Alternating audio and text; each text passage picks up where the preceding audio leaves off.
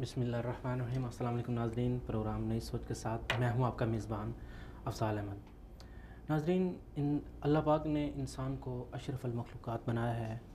انسان کی فضیلت باقی تمام مخلوقات سے بہتر ہے، افضل ترین ہے، اور اس دنیا کی، اس سارے جہان کی نعمتیں جو ہیں وہ انسان کی خدمت کے لیے بنائی ہیں، لیکن انسان جو ہے وہ اپنے عقل اور شعور سے ان سب کو حاصل کر سکتا ہے۔ اور آج ہم بات کریں گے کہ انسان کے اندر پائے جانے والا تعصب کیا ہے، اور اس کے علاوہ پاکستان کی صورتحال کو دیکھا جائے تو اس وقت پاکستان کی صورتحال بہت نازک ہے، جہاں پر سیاسی جماعتیں جو ہیں وہ ایک دوسرے کے خلاف زہر اگل رہی ہیں، وہیں پر ہماری جو مذہبی جماعتیں جن کا ایک اچھا خاصا مقام ہے اور عوام میں مقبولیت ہے، وہ بھی ایک دوسرے کے خلاف مختلف محاذ انہوں نے شروع کیے ہوئے ہیں۔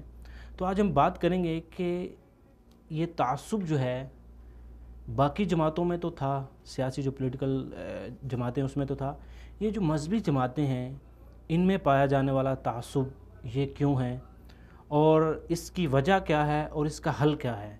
اس کے نقصانات کے اوپر بھی ہم بات کریں گے کہ اس تعصب کی وجہ سے جو عوام میں جو اس کے مختلف جو ہے وہ مسائل پیدا ہو رہے ہیں، اس کے اوپر بھی ہم بات کریں گے۔ تو اسی حوالے سے ہمارے ساتھ لائن پہ ہوں گے جناب مولانا غل نصیب خان صاحب، آپ مرکزی رہنما جمعیت علماء اسلام سے ہیں، اور ہمارے جو دوسرے مہمان ہوں گے وہ بختیار سوشل میڈیا ایکٹیوسٹ ہیں، اور ہمارے جو تیسرے مہمان ہیں محسن خان ناظم ایم ایس او ہیں۔ اور آج ہمارے اسٹوڈیو میں ہمارے معزز مہمان امتیاز عباسی صاحب، آپ رہنما جماعت اسلامی آزاد کشمیر سے ہیں۔ سب سے پہلے امتیاز صاحب، میں آپ کا بہت مشکور ہوں کہ آپ نے اپنا قیمتی وقت نکالا، پروگرام میں شرکت کی۔ تو آپ کیا سمجھتے ہیں کہ یہ جو عصبیت اور قومیت ہے یہ ایک لعنت ہے، اور یہ جس معاشرے میں پائے جاتے ہیں وہاں کے معاشرے جو ہیں وہ تباہی کی طرف جاتے ہیں، معاشرے میں بگاڑ آتا ہے، اور بہت سارے مسائل جو ہیں وہ جنم لیتے ہیں۔ اس بارے میں آپ کیا کہیں گے؟ بسم اللہ الرحمن الرحیم۔ سب سے پہلے تو میں وصال کا بہت شکریہ ادا کرنا چاہتا ہوں کہ انہوں نے آج اس موضوع پہ مجھے بلایا ہے۔ تو بات آپ نے بالکل درست کہی ہے کہ یہ اصل جہالت کا ہی دوسرا نام ہوتا ہے جو عصبیت ہے، اور عصبیت کی وجہ سے معاشرے کے اندر پھر میرٹ قائم نہیں ہو سکتا۔ تو جب ہم پاکستان کی بات کرتے ہیں تو یہاں خاص طور پہ برِ صغیر کے اندر یہاں خاندانوں کی یعنی وہ جو موروثیت ہے اس نے جب جنم لیا تو اس سے پھر یہ ساری چیزیں اصل میں پیدا ہوئی ہیں۔ تو میں یہ سمجھتا ہوں کہ یہ جو عصبیت ہے اس کی وجہ سے وہاں کا نوجوان بے چین رہا، میرٹ پامال ہوا ہے، اور یہ اصل میں جہالت ہی ہے جس کی وجہ سے یہ یعنی جہالت کا ہی دوسرا نام اسے کہہ سکتے ہیں۔ لیکن جہاں تک آپ نے اپنی انٹرو میں کہا کہ یہاں کی دینی جماعتیں ان کے آپس میں تو ہو سکتا ہے لیکن اس کی بھی وجوہات ہیں، لیکن ادروائز تو دینی جماعتوں نے اس عصبیت کو ہمیشہ توڑا ہے پاکستان میں۔ جی، ہم اس کی طرف بھی آئیں گے۔ بیسیکلی یہ دیکھیں، یہ عصبیت ہمارے معاشرے میں، پاکستان کا معاشرہ جو ہے وہ اس وقت دنیا کا بہترین معاشرہ ہے۔ یہاں پر آپ خاندانی نظام دیکھیں تو دنیا کا بہترین خاندانی نظام پاکستان میں موجود ہے، لیکن ہمارے جہاں تک ہم بات کریں پولیٹیکل پارٹیز، ان کے اندر بھی یہ اس طرف بھی ہم آئیں گے کہ جو پولیٹیکل پارٹیز ہیں ان کے اندر جو پایا جانے والا تعصب، اور پھر مذہبی جماعتیں جو ہیں ان میں پایا جانے والا تعصب، اس سے پہلے اگر ایک سٹیپ دیکھا جائے تو ہمارا جو معاشرہ ہے وہ بھی اس جو ایک بیماری سے پاک نہیں ہے۔ ہمارے معاشرے میں بھی جو ہے یہ تعصب بہت پایا جاتا ہے۔ ہاں، اس کی بے شمار وجوہات ہیں، اور یہ بالکل بات صحیح آپ کہہ رہے ہیں، اور اس کو پاکستان کا جو یعنی جو سیاسی سینیریو رہا ہے یہاں پہ بدقسمتی سے یہاں پہ سیاسی کارکنان کی اس طرح نہ تربیت کی جا سکی، نہ کسی ایک آفاقی اور وفاقی کسی منشور کے اوپر جو ہے وہ لوگوں کو لایا جا سکا۔ یہاں کچھ مخصوص مقاصد کے لیے چند یعنی مخصوص نعرے لگائے گئے۔ جب بھی کوئی وفاقی اور اس طرح کی آفاقی بات کرنے کی کوشش کی گئی تو اس کے نتیجے میں علاقائی جماعتوں نے اور علاقائی لوگوں کو پروموٹ کیا گیا۔ اس میں مخصوص یعنی اداروں کا بھی اپنا ایک رول رہا ہوگا۔ تو جب بھی یعنی آپ کراچی سے خیبر تک دیکھ لیں، آپ بلوچستان سے اپنا سندھ کے کہیں بھی چلے جائیں، تو جو یعنی مذہبی دینی تحریکوں نے ہمیشہ اس بات کا کہا ہے پاکستان میں کہ لا الہ الا اللہ محمد رسول اللہ وہ واحد بنیاد ہے جو بلوچیوں کو پنجاب سے، کشمیریوں کو سندھ سے، سندھیوں کو پختونوں سے ملا سکتی ہے۔ اس کے علاوہ تو کوئی اور یعنی بنیاد ہمارے درمیان موجود نہیں ہے۔ لیکن علاقائی جماعتوں نے، وہاں کے مخصوص حالات نے، اور وہ یہ مخصوص حالات پیدا کیے گئے جس کی وجہ سے یہ ساری صورتحال کا ہم آج سامنا بھی کر رہے ہیں۔ آج بھی الحمدللہ دینی جماعتیں جو ہیں جن کی یعنی وہ الحمدللہ اس سے کافی حد تک اور خاصی حد تک ان جو لانتے ہیں اس سے خاصی حد تک وہ پاک ہیں، ان میں نسبتاً میرٹ موجود ہے، وہاں پہ کوئی علاقائی تقسیم اس طرح کی موجود نہیں ہے۔ وہ بلوچستان میں بھی وہی نمائندگی رکھتے ہی ہیں جو KPK کے اندر ہے، وہ سندھ کے اندر بھی ان کی نمائندگی ہے، اور آزاد کشمیر کے اندر بھی وہ موجود ہیں۔ بلکہ آپ کہیں تو کچھ جس جماعت کی الحمدللہ میں آج نمائندگی کر رہا ہوں وہ تو اسلامی ممالک کے اندر اس کا یعنی موجود ہے، اور اس کا نعرہ لا شرعیہ لا غربیہ اسلامیہ اسلامیہ کے نام سے ہے۔ تو یہ بات بالکل صحیح ہے کہ وہاں کے حالات کے مطابق کچھ چیزیں پیدا ضرور ہوئی ہیں، لیکن آج بھی آپ دیکھیں گے الحمدللہ صرف دینی جماعتیں ہی وہ واحد پلیٹ فارم ہے کہ جو چاروں صوبوں کی نمائندگی بھی کرتی ہیں اور جو ایک آفاقی ایک پیغام بھی اپنے اندر رکھتی ہے۔ جی، آپ نے بات کی اداروں کی، تو آپ کیا سمجھتے ہیں کہ کن کن اداروں میں عصبیت پائی جاتی ہے؟ اصل میں نے جس تناظر میں بات کی ہے وہ یہ ہے کہ جب بھی کوئی ایک وفاقی جماعت کو آپ یعنی تاریخ اٹھا کے دیکھ لیں، کراچی میں آپ دیکھیں کہ وہاں وفاقی جماعتیں موجود تھیں، تو ان کو چند لوگوں نے اپنے مقاصد کے لیے جو ہے وہ ان کو توڑ کے وہاں سے ایک نئی MQM پیدا کی، اور آج وہی MQM جو ہے وہ ان کے لیے وبال جان بن گئی ہے۔ اسی طرح ہر جگہ یہ ایسا کیا گیا۔ تو وفاقی جماعت جو ہے وہ اصل میں کسی بھی معاشرے کی، کسی بھی سوسائٹی کی، کسی بھی ملک کے لیے، وہ کوئی بھی جماعت ہو، وہ اصل میں غنیمت ہوتی ہے۔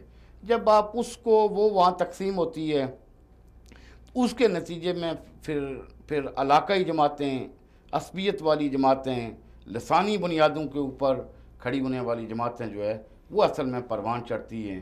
تو یہ میں سمجھتا ہوں کہ پاکستان میں الحمدللہ آج بھی یعنی ابھی جو آج کے مخصوص حالات جس سے آج ہم گزر رہے ہیں، اس میں بھی آپ دیکھیں گے کہ ایک ایسا ایشو ہے کو جو ناموس رسالت کا ایشو ہے، تو آپ کو کوئی تقسیم نظر نہیں آ رہی ہے۔ تو یہ الحمدللہ دینی جماعتوں کے حصے میں یہ بات آئی ہے، کوئی تقسیم آپ کو نظر نہیں آ رہی۔ آپ کو بلوچستان کوئٹہ کا نوجوان بھی نظر آ رہا ہے، آپ کو کراچی کے لوگ بھی اس پہ سراپا احتجاج ہیں۔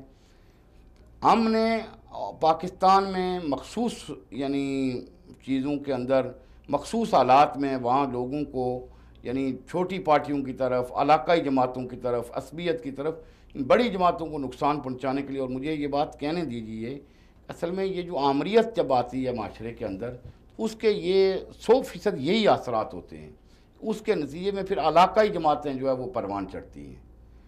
جب معاشرے کے اندر جمہوریت رہے گی، یہاں پہ قومی سوچ آگے بڑھتی رہے گی، آمریت اپنے مقاصد کو پورا کرنے کے لیے جب قومی جماعتیں اس کے دائرے میں یا اس مقاصد کی تکمیل نہیں کرتی، تو وہ فطری طور پہ وہ جو چھوٹی جماعتیں ہوتی ہیں، وہ جو علاقائی جماعتیں ہوتی ہیں، وہ مخصوص نعرے ہوتے ہیں، وہ انہی کو پروموٹ کرتے رہتے ہیں۔ بلکہ میں یہ بات بھی کہتے ہوئے مجھے آج الحمدللہ فخر محسوس ہو رہا ہے کہ جماعت اسلامی تو آپ دیکھ نہیں رہے کہ پاکستان کے لیے بنگلہ دیش کے اندر لوگ پھانسیاں چڑھ رہے ہیں۔ یہ تو وہ یعنی ایک انقلابیت ہے، وہ پیغام ہے، وہ آفاقیت ہے، اور ایک نصب لائن ہے، اور ایک مشن اور مقصد ہے کہ جس کے لیے لوگ اتنے دور، آپ دیکھیں ایک ایسا ملک جس کے لیے پاکستان میں آج آواز اٹھانے والا بھی کوئی نہیں ہے، وہ اس پاکستان، اس نعرے، اس مشن، اس مقصد کے لیے اپنی جانیں دے رہے ہیں۔ جی، آپ نے بات کی جمہوریت کی۔ اب دیکھیں اس وقت اگر پاکستان کی صورتحال دیکھی جائے تو اب یہ ناموس رسالت والا ایک ایسا مسئلہ ہے کہ جس پر پاکستانی قوم کسی قسم کا کوئی کمپرومائز نہیں کرتی، اس کے لیے اپنی جان، تن، من، دھن سب کچھ قربان کرنے کے لیے تیار ہے۔ لیکن یہ دیکھیں، یہ جو پولیس ہے، یہ پولیس کس ملک کی ہے؟ یہ پولیس ہمارے لوگ ہیں، یہ رینجر والے ہمارے لوگ ہیں۔ اب یہ دیکھیں وہاں پر اسلام آباد میں یہ جو سارے معاملات ہوئے اور اس کے وجہ سے جو قیمتی جانیں ہیں ان کا ضیاع ہوا۔ اب یہ دیکھیں یہاں پر ایک مسئلہ بنا ہوا تھا، اب اس مسئلے کو پولیٹیکل جو ہے طریقے سے ہینڈل کر کے اس کو سولو کیا جا سکتا ہے۔ اور یہاں پر جو دیکھا جائے تو یہ مسئلہ صرف کسی ایک پارٹی یا ایک جماعت کا نہیں ہے، یہ مسئلہ میرا مسئلہ ہے، یہ مسئلہ آپ کا مسئلہ ہے، یہ پورے ہر پاکستانی کا مسئلہ ہے۔ اور اس کو اگر پولیٹیکل طریقے سے حل کیا جائے تو یہ جو قیمتی جانوں کا ضیاع ہے اور دوسری طرف دیکھا جائے جو ملکی سطح پر جو ہمیں لاسز ہو رہے ہیں، یہ بھی ساری چیزیں تو دیکھنی چاہیے نا. لیکن اب دیکھیں کہ کسی بھی مذہبی جماعت کی طرف سے کوئی ایسا کوئی ایکشن نہیں آیا کہ اس کو کسی بات چیت کے ذریعے اس مسئلے کو جلد از جلد ختم کیا جائے. اصل میں اس میں تو بنیادی نالائکی اور ناکامی جو ہے وہ ہماری حکومت کی ہے. اسے شاید اندازہ ہی نہیں تھا. آپ نے دیکھا کہ پہلے جب یعنی رضوی صاحب لاہور سے تشریف لائے، ان کو لاہور میں بھی روکا جا سکتا تھا، ان سے مذاکرات کیے جا سکتے تھے، جو جائز مطالبات تھے ان کو منظور کیا جا سکتا تھا. لیکن اندازہ ہی نہیں تھا. وہ حکومت کے ایسے گھمنڈ اور گمان میں جب لوگ ہوتے ہیں تو حالات ایسے ہی پیدا ہو جاتے ہیں. ان کی نالائکی کی وجہ سے وہ جب پہنچ گئے، انہوں نے کہا شاید 4 دن بیٹھیں گے، 6 دن بیٹھیں گے، یا موسم بھی سرد ہو رہا ہے یہ اٹھ کے چلے جائیں گے. لیکن حالات ایسے نہیں ہوئے. وہ جو لوگ وہاں سے آئے تھے رضوی صاحب کے ساتھ، وہ لمحہ پورے موٹیویشن کے ساتھ تھے، اور وہ تو اس کے لیے کٹ مرنے کو تیار تھے. اس کے لیے آپ اس ساری صورتحال میں اصل میں آپ لیکن یہ دیکھیں، یہ جب یہ ایشو اٹھایا گیا وہاں پر پارلیمنٹ میں بھی، اب دیکھیں وہاں پر جو مذہبی جماعتیں ہیں، یہ میں سمجھتا ہوں کہ ساری مذہبی جماعتوں کو وہاں چاہیے تھا کہ اس کو پولیٹیکل طریقے سے جلد از جلد اس معاملے کو حل کیا جا سکتا ہے. اس کے بہت سارے راستے ہمارے پاس ہیں. اصل میں آپ دیکھیں گے اس وقت تو پولیٹیکل جماعتوں نے، جو وہاں کی دینی جماعتیں وہاں موجود تھیں، انہوں نے اپنا ایک جو رول تھا، وہ جو تھوڑا بہت رول بنتا تھا، وہ الحمدللہ بہت بہتر انداز سے حل کیا تھا.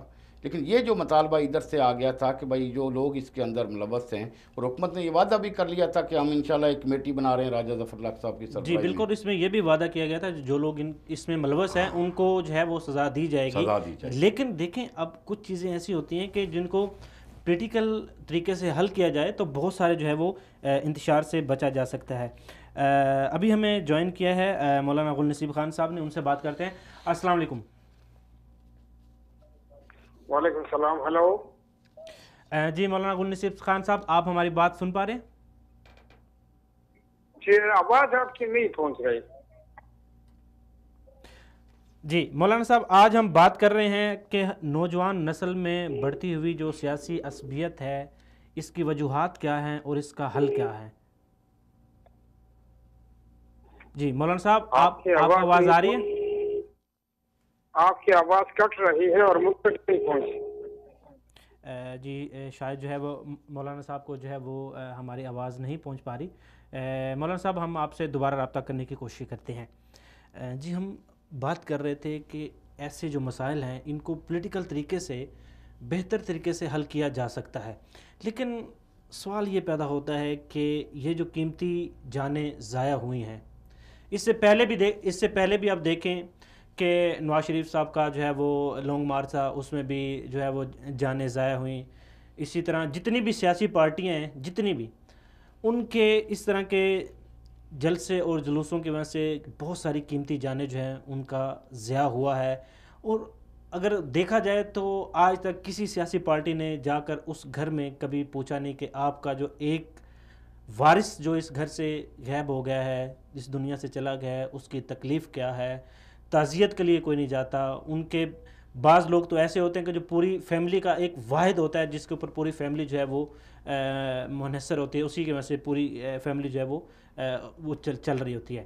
لیکن اس طرح ساری قیمتوں کا ضائع ہونا، اور پھر اس کے بعد کسی ایک بھی سیاسی پارٹی یہ چیز اپنے اوپر نہیں لگاتی کہ یہ جی ہماری وجہ سے یہ قیمتی جان ضائع ہوئی ہے. یہ بات بالکل آپ صحیح کہہ رہے ہیں. آج بھی بلکہ کمیٹی چوک میں ڈوک کھبا کے اندر جماعت اسلامی کا ایک کارکن جو ہے وہ کل جو ہمارا ایک عہدیدار بھی تھا وہاں پہ، وہ ان گولیوں کا نشانہ بنا ہے. وہ اسی مقصد کے لیے، اس نیک مقصد کے لیے، ناموس رسالت صلی اللہ علیہ وسلم کے لیے وہ دھرنے میں موجود تھا، اور اس کو وہاں کی ریاستی دہشت گردی کا شکار ہوئے ہیں. میں پہلے بھی میں آپ کو کہہ رہا تھا، ابھی یہی بات ہے کہ اصل میں جو ہماری حکمران ہیں، یہ ہماری اس وقت خاص طور پہ جو حکومت پاکستان کے اندر موجود ہے، یہ بالکل اس وقت تو یہ صرف نواز شریف صاحب کے دفاع کے لیے لگی ہوئی ہے. اس کا تو کوئی کرنے کا کام نہیں ہے. اس کے علاوہ یہ ملک کے اندر تو کوئی ایک، مجھے جس ملک کا وزیر خزانہ نہیں ہے، جس ملک کا وزیر داخلہ کی پوزیشن یہ ہے کہ اسے خود سمجھ نہیں آ رہی ہے کہ وہ کر کیا رہا ہے، اور جہاں مذاکرات کرنے تھے وہاں راول پنڈی کے اندر میں جانتا ہوں. معذرت کے ساتھ ابھی ہمیں مولانا غل نصیب خان نے دوبارہ جوائن کیا ہے. السلام علیکم.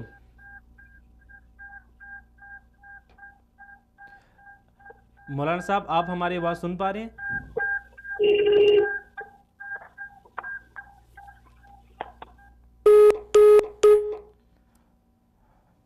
جی آپ اپنی بات جاری رکھیں. راولپنڈی کے اندر پیر حسین الدین شاہ صاحب ایک بہت معتبر نام ہے. ان کی سربراہی میں گورنمنٹ نے ایک کمیٹی بھی بنائی. وہ کل ہی مجھے اطلاع ملی کہ وہ ساؤتھ افریقہ چلے گئے. ان کو کوئی مینڈیٹ ہی نہیں دیا اس گورنمنٹ نے. وہاں اور سیاسی جماعتیں موجود ہیں جن کی خادم صاحب بات سن سکتے ہیں. وہ یعنی وہاں ایسے معتبر لوگ موجود ہیں. لیکن حکومت نے اس کو یہی کہا کہ آپ دیکھ لیں, وزیر داخلہ صاحب کا بیان دیکھ لیں. انہوں نے کہا کہ کوئی نہیں جی, یہ تو گھنٹوں اور منٹوں کی بات ہے جو ہم یہ کر لیں گے. انہیں ہماری حکومت کو بدقسمتی یہی ہے کہ انہیں اندازہ ہی نہیں تھا کہ حالات کس طرف جا رہے ہیں. اب وہ فیض آباد تو فیض آباد رہا, اب تو پورا ملک جو ہے وہ یعنی ہو گیا ہے. پہلی بات یہ ہے کہ ایسی سنگین غلطیاں کی گئی ہیں. ابھی تو ان کو اور ہوتا ہے جو طبقہ یہ کہہ رہا ہے.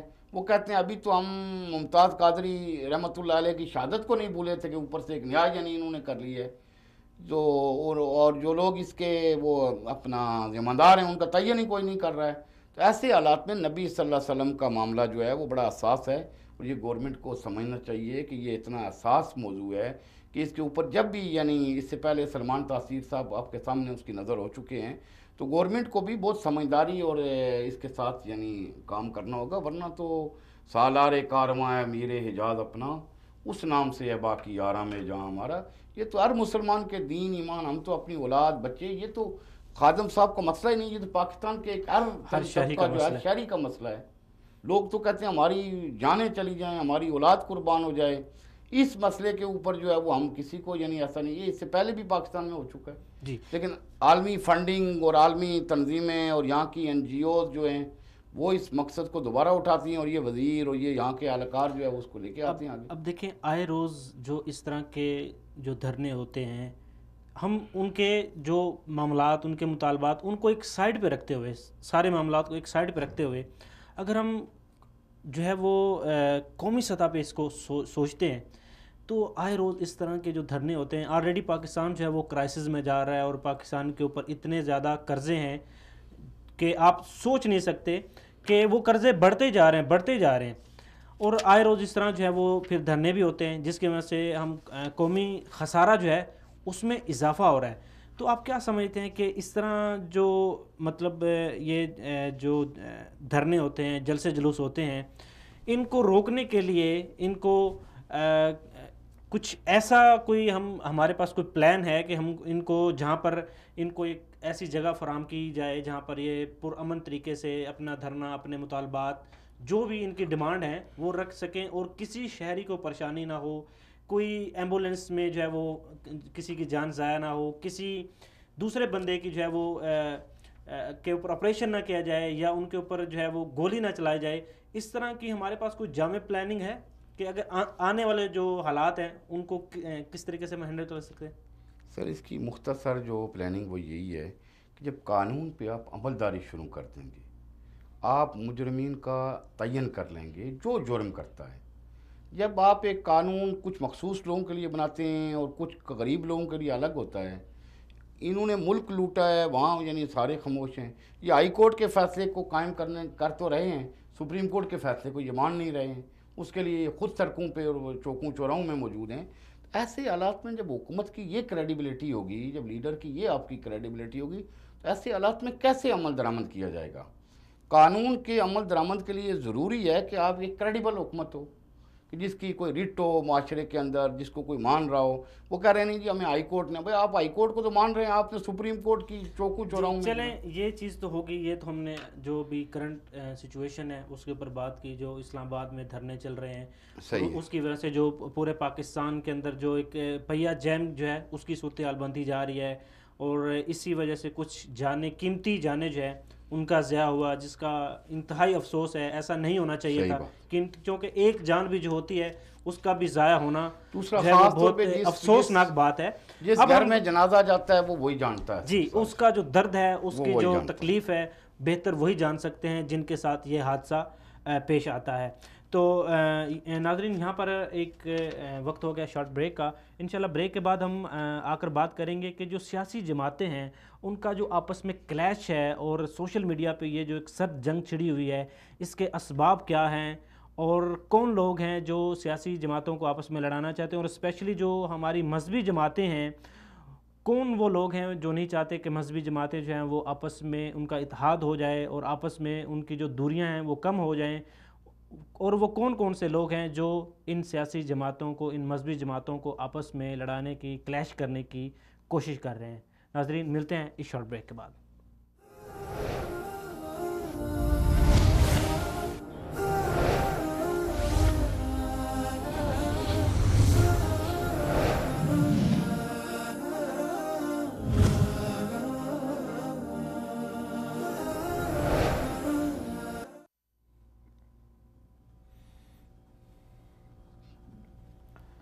السلام علیکم ناظرین، آپ کو ایک بار پھر سے پروگرام میں خوش آمدید کہتے ہیں۔ ناظرین، آج ہم بات کر رہے ہیں کہ نوجوان نسل میں بڑھتی ہوئی جو سیاسی عصبیت ہے، اس کے اسباب کیا ہے اور اس کا حل کیا ہے۔ تو امتیاز صاحب، ابھی ہم چلتے ہیں کہ ہماری جو نوجوان نسل ہے، پولیٹیکل حوالے سے اگر دیکھا جائے تو اس وقت سوشل میڈیا کے اوپر ایک سرد جنگ جو ہے وہ جاری ہے، اور اس میں جو ہمارے نوجوان ہیں ان کا جو ایک اخلاقی دائرہ ہے، وہ اخلاقی دائرے سے باہر نکل کے ایک دوسرے کے خلاف جو ہے وہ غلط الفاظ کا استعمال کیا جا رہا ہے، اور بعض تو حد کراس کر رہے ہیں اور گالی گلوچ تک پہنچ گئے ہیں۔ تو آپ کیا سمجھتے ہیں کہ اس طرح ہماری نوجوان نسل کا ایک، چونکہ یہ سیاسی پارٹیاں جو ہیں یہ اسی ملک کا حصہ ہیں، ان کے بغیر جو ہے ہمارے ملک کا جو ہے وہ نظام آپ کیسے نہیں چل سکتا، لیکن اب اس طرح ان کے درمیان یہ جو کلیش پایا جا رہا ہے اور یہ جو سرد جنگ ہے، اس کی وجوہات کیا ہو سکتی ہیں؟ اس کی پہلی وجہ تو یہ ہے کہ سیاسی جماعتوں نے بدقسمتی آپ کہیں کہ اپنے کارکنان کی پراپر تربیت نہیں کی۔ پاکستان میں کوئی انسٹیٹیوٹ ہی نہیں ہے، نہ جماعتیں اس پہ توجہ دے رہی ہیں کہ اپنے کارکنان کی پراپر تربیت کریں، انہیں بتایا جائے، شائستگی سکھائی جائے۔ وہاں بے ہنگم سی سیاست ہو رہی ہے، اور اس کے اندر جو ہے وہ آپ یقیناً یہ عنصر موجود ہے۔ آپ نے دیکھا ہوگا کہ جہاں لوگوں کی تربیت کی جاتی ہے، جہاں ایک سیاسی کارکن تربیت یافتہ کارکن موجود ہوتا ہے، تو وہاں الحمدللہ اس کی بڑی کمی محسوس ہو رہی ہے۔ یہ بے ہنگم سا، اور وہاں جہاں بھیڑ سی ایک موجود ہے، اس کے اندر پھر ایسا ہی ہے، اور پچھلے عرصے سے اس کی بڑی محسوس کی جا رہی ہے۔ لیکن الحمدللہ آپ دیکھیں گے کہ سوشل میڈیا کی وجہ سے معاشرہ اویئر ہوا ہے، وہاں اب کوئی ایسی بات زیادہ دیر نہیں چل پا رہی۔ جی دیکھیں، یہ اویئر تو ہوا ہے، ہم اس چیز کا انکار نہیں کر سکتے کہ اس وقت جو ہے سوشل میڈیا کی وجہ سے کافی ساری اچھی چیزیں معاشرے میں آ رہے ہیں۔ لوگ جو ہیں، اب پہلے جو ایک نظام تھا کہ اب لوگ اس چیز سے بے خبر نہیں ہیں، ہر ایک لمحے کی خبر رکھتے ہیں۔ صحیح ہے۔ لیکن سیاسی جماعتوں کا ایک دوسرے کے اوپر الزام تراشی کرنا، گالی گلوچ دینا، اور دیکھیں اس سے جو معاشرے کے اندر جو منفی اثرات پڑ رہے ہیں، وہ ان کو بھی تو مد نظر رکھنا چاہیے نا۔ ابھی آپ دیکھیں نا، میں نے آپ کو کہا کہ ہمارے یہاں اصل میں تربیت کا فقدان رہا ہے۔ ابھی تو لوگ کہتے ہیں کہ لیڈر بھی جلسوں میں گالیاں گلوچ دے رہے ہیں، گالی گلوچ۔ اصل میں میں نے آپ کو پہلے کہا کہ ایک انسٹیٹیوٹ نہیں رہا، ہمارے کارکنان کی تربیت نہیں رہی۔ اس کے باوجود میں سمجھتا ہوں نسبتاً اب ایک تو یہ سوشل میڈیا نئی لوگوں کے ہاتھ آئی ہے، اور ایک ایسی چیز آتا ہی ہے کہ جس کا کوئی کنٹرول روم نہیں ہے۔ میں ہی اس کا چیز بھیجتا بھی ہوں، خود ہی آڈٹ بھی کرتا ہوں۔ دیکھیں وہ چیز تو ہے، لیکن اب دیکھیں ایک سیاسی جماعت ہے، اب ظاہری بات ہے کہ انہوں نے اپنے ایک سوشل میڈیا ونگز بنائے ہوتے ہیں، اور وہ سوشل میڈیا ونگز اس جماعت کے انڈر ہے، وہ اس کی مرضی کے بغیر تو نہیں چل رہا نا۔ میرا تو نہیں خیال ہے کہ میڈیا ونگ جو ہے وہ کوئی بہت زیادہ رول ادا کر رہا ہے اس میں۔ یہ تو عام آدمی جو بیٹھا ہوا ہے معاشرے کا، ایک عام آدمی جس کے ہاتھ میں ہے، اور وہ خود ہی ساری چیزیں اس کے اندر لگا رہا ہے۔ تو میرا خیال ہے پازیٹیو یہ سوچنا چاہیے کہ انشاءاللہ میرا خیال ہے بہتری آ رہی ہے، اور مزید بہتری کی اس میں گنجائش موجود ہے، اور مزید بہتری آئے گی۔ اب چیزیں انشاءاللہ لوگ سمجھ گئے ہیں، دلیل دلائل کا دور آ گیا ہے۔ اب ایسے ہی لازمات آپ شاید اگر آپ پچھلی تاریخ اٹھا کے دیکھیں گے تو یہ تو ابھی کارکن لگا رہا ہے، یہاں تو جماعتوں نے جماعتوں کے اوپر بے شمار الزامات بھی لگائے ہیں اور بے شمار چیزیں۔ تو ابھی ہمارے نوجوان کے ہاتھ میں ایک نئی چیز آئی ہوئی ہے، میرا خیال ہے ہمیں انشاءاللہ دیکھیں چیز کا آنا یہ ایک اچھی بات ہے، فیسلٹیز مل رہی ہے ہمیں، ایک ایسا پلیٹ فارم مل رہا ہے جہاں پر ہر جو بندہ ہے وہ اپنے خیالات کا اظہار کر سکتا ہے۔ لیکن اس پلیٹ فارم پہ چونکہ جب آپ کسی ایک جماعت کو، کسی ایک تنظیم کو، کسی ایک گروپ کو آپ اس کی نمائندگی کر رہے ہیں تو وہاں پر کچھ قواعد و ضوابط کا بھی خیال رکھنا چاہیے. بہت ساری ایسی چیزیں ہیں جن کو مد نظر رکھنا چاہیے، کیونکہ اس وقت آپ فرد واحد نہیں ہوتے، وہ پوری جماعت کا ایک موقف ہوتا ہے. لیکن اس کو اگر دیکھا جائے، سیاسی جماعتوں کے علاوہ جو ہماری مذہبی جماعتیں ہیں، مذہبی جماعتوں میں بھی آج کل جو ہے وہ بہت زیادہ کلیش پایا جا رہا ہے، اور سوشل میڈیا کے اوپر ایک دوسرے کے خلاف جو ہے وہ بیان بازی کی جا رہی ہے، اور مختلف جو ہے وہ القابات دیے جا رہے ہیں. اب دیکھیں جو مہذب قومیں ہوتی ہیں ان کا یہ شیوا نہیں ہوتا اس طرح کی جو ہے وہ ایک دوسرے، ٹھیک ہے آپ کے اپنے خیالات ہیں، اپنے جذبات ہیں، ٹھیک ہے آپ کر سکتے ہیں، لیکن کسی کے اوپر جو ہے وہ بے بنیاد الزام لگانا یا اخلاق سے باہر ہونا، اب ظاہری بات ہے یہ ایک پوری جماعت کے اوپر سوالیہ نشان بنتا ہے کہ آپ کے انڈر ایک ونگ ہے اور اس کی جو ہے وہ اس طرح کی پوسٹیں آتی ہیں، یہ تو ایک سوالیہ نشان بن جاتا ہے. صحیح. پہلی بات یہ ہے کہ جس جماعت کی میں یہاں نمائندگی کر رہا ہوں اس کے حوالے سے تو میرے خیال کوئی بڑی شکایت موجود نہیں ہے کہ باقی جماعتوں کے لوگوں کے ہم اسی لیے میں نے آپ کو پہلے کہا کہ ہم ایسی متوازن بات کرنا چاہتے ہیں تاکہ کسی کی دل آزاری نہ ہو. یقیناً باقی جماعتوں کو بھی اس پہ توجہ دینی چاہیے، لیکن جس جماعت کی الحمدللہ میں نمائندگی کر رہا ہوں، ہم تو آپ نے دیکھا ہوگا، آپ دیکھ بھی رہے ہیں، اس کا معاشرہ گواہ بھی ہے اور لوگ اس کی یعنی اس بات کی گواہی دے رہے ہیں، ہمارے مخالفین بھی، کہ الحمدللہ ہم نے تو کوئی ایسی یعنی کام نہیں کیا، ایسا کام نہیں کیا. ابھی ہمیں جوائن کیا ہے محسن خان صاحب نے، آپ ناظم ایم ایس او ہے. محسن صاحب، سب سے پہلے تو میں آپ کو اپنے پروگرام میں خوش آمدید کہتا ہوں.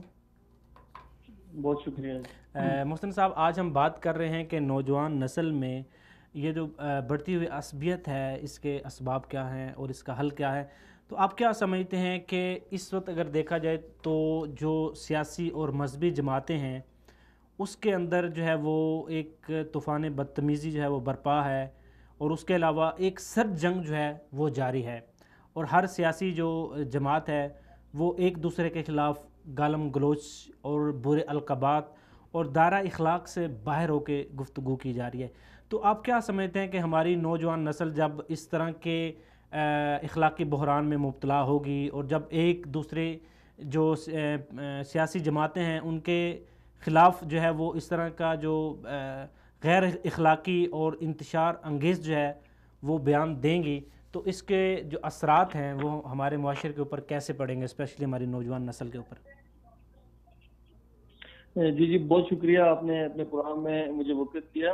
گزارش یہ ہے کہ عام پر جو جتنے بھی سیاسی یا مذہبی آرگنائزیشن جماعتیں سیاسی ہوں یا اسٹوڈنٹ آرگنائزیشن ہوں، ان کے اندر یہ ہوتا تھا کہ تربیتی عنوان پر مستقل شعبہ جات ہوتے تھے، شعبہ تربیتی امور کے نام سے وہ کام کرتے تھے، اور اس پر کارکنان کی تربیت کے عنوان سے سیمینار، کنونشنز، ورکشاپ ہوا کرتی تھی، جو اب بالکل ختم ہو گئی ہیں. پہلی بات تو یہ ہے. دوسرا یہ ہے کہ سیاسی جماعتوں نے یہ ٹرینڈ بنا لیا ہے بدقسمتی سے پاکستان کے اندر کہ انہوں نے جب تک کسی دوسرے کی پگڑی نہیں اچھالنی تو ان کی سیاست نہیں چلتی.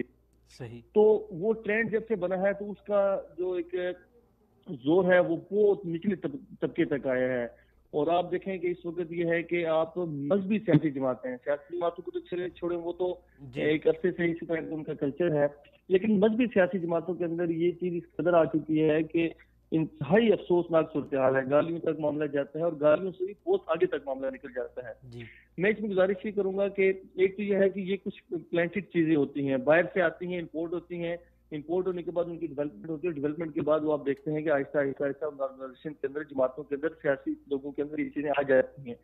لیکن وہ مذہبی لوگ کہ جن کا کام ہی اخلاقیات ہے، جن کا کام ہی مسلم معاشرے کے اندر اخلاق کو پروان چڑھانا ہے، ان کے اندر یہ چیزیں جب زور پکڑتی ہیں اور ان کی قیادت کی طرف سے خاموشی ہوتی ہے، وہ انتہائی افسوسناک ہے.